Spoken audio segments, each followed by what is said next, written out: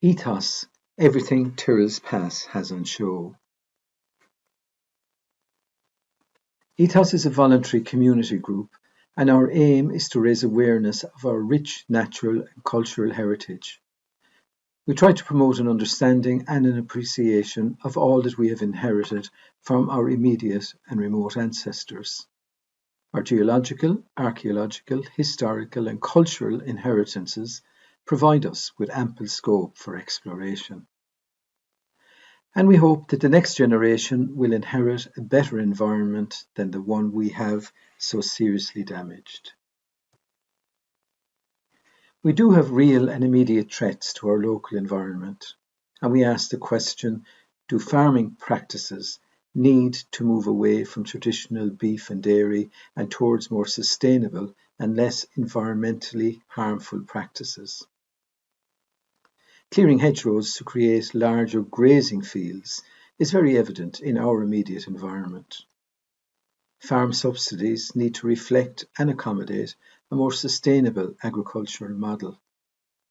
Marginal wetlands can be transformed and re-wetted and contribute to the reduction of harmful greenhouse gases and open opportunities for local farmers to become involved in new farming activities and methods.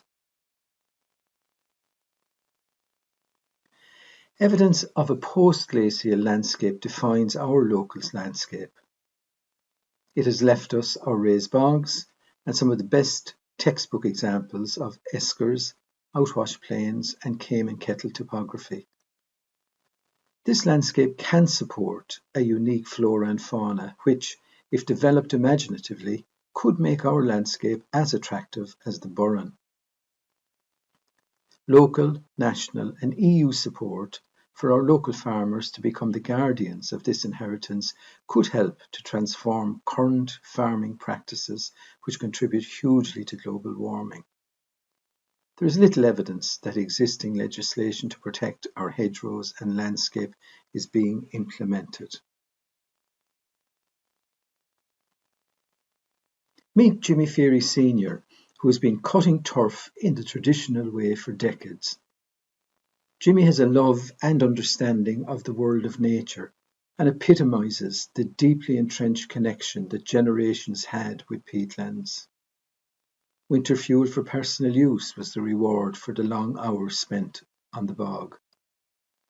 Jimmy speaks lovingly of curlew, snipe, grouse and woodcock on our local bogs, but these now are all sadly gone.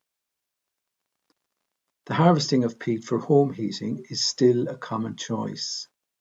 Alternative and more environmentally friendly means of home heating are becoming a reality, and chimneyless new homes are now more common. Machine cutting of turf and the harvesting of peat for horticultural purposes has contributed significantly to the deterioration of our raised bog habitat. Little remains of our once extensive raised bog peatlands. Peat harvesting by Bord na Móna did create much needed employment, but the scars on our landscape do need to be healed. Restored raised bogs can become an invaluable resource for local communities. They can become a quiet place in a busy world, a place where highly specialised flora and fauna coexist, a unique habitat which has remained unchanged for thousands of years, a place where carbon can be stored and help to mitigate the effects of climate change. Our grandchildren deserve better. We must hand on a local environment where they can survive, prosper, and live sustainably. Ethos is committed to raising an awareness of the rich biodiversity of our raised bogs among the younger generation. We are committed to facilitating workshops and field studies for our local and wider community. Ethos is committed to inviting expert speakers to help us explore our natural, cultural and historic environment. Here we see Ned Kelly, Keeper of Antiquities from the National Museum, giving us a talk on bog bodies, and Dr. John Feehan exploring with us our esker topography.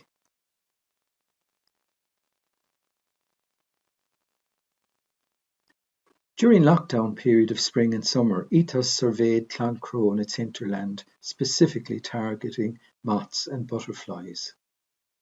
We successfully identified and photographed over 150 species of moth and 23 species of butterfly.